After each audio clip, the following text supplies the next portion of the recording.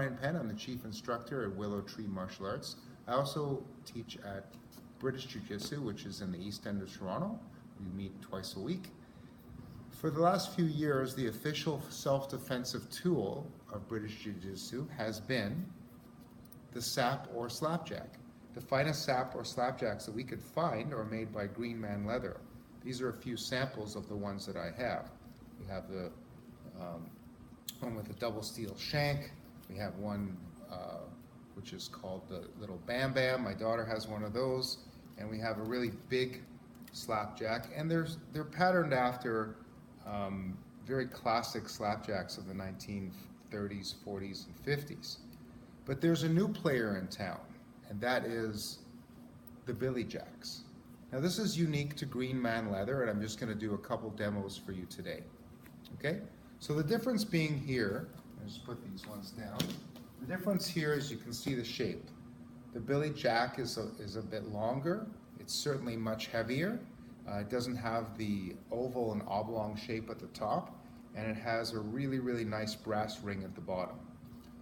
You can see that it's also significantly thicker than the traditional sap or slapjack.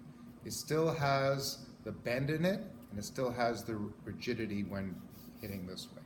So I'm going to do a couple of demos with the new Billy Jaxx, which is absolutely fantastic, and hoping that it'll be out in the market very, very soon. Okay?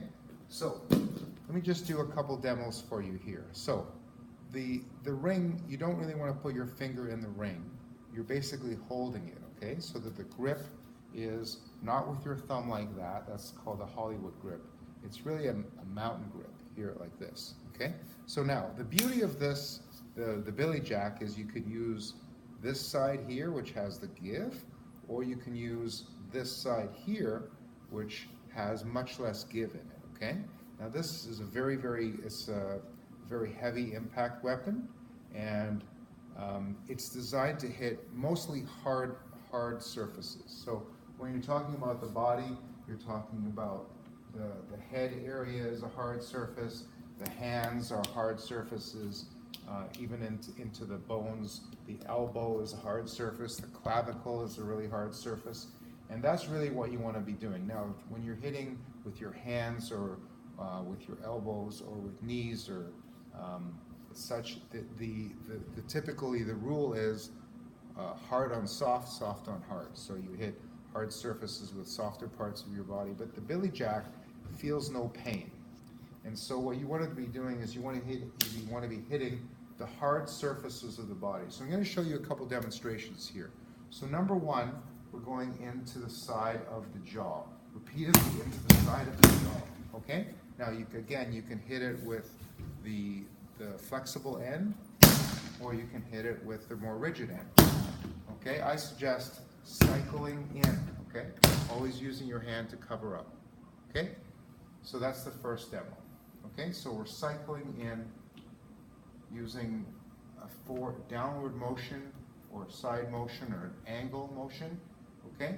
We're hitting either the clavicle or the side of the jaw. Okay? The next is a backhand. So we're coming back into the side of the jaw, back into the clavicle, cycle in. Okay?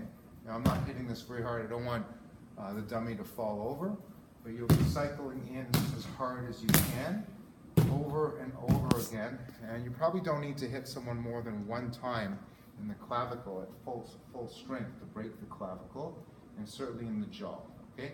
If you hit someone in the head, or in the side of the head or the top of the head, you will probably crack their skull open. Okay? The other target area that most people don't even think about is into the sternum. So we're going to go straight into the sternum really hard and cycle into the sternum. And what that'll do is shut down a lot of the breathing responses, okay? Especially if you crack the sternum, okay? So those are two examples of what you can do with this awesome weapon or self-defensive tool. And thanks for watching.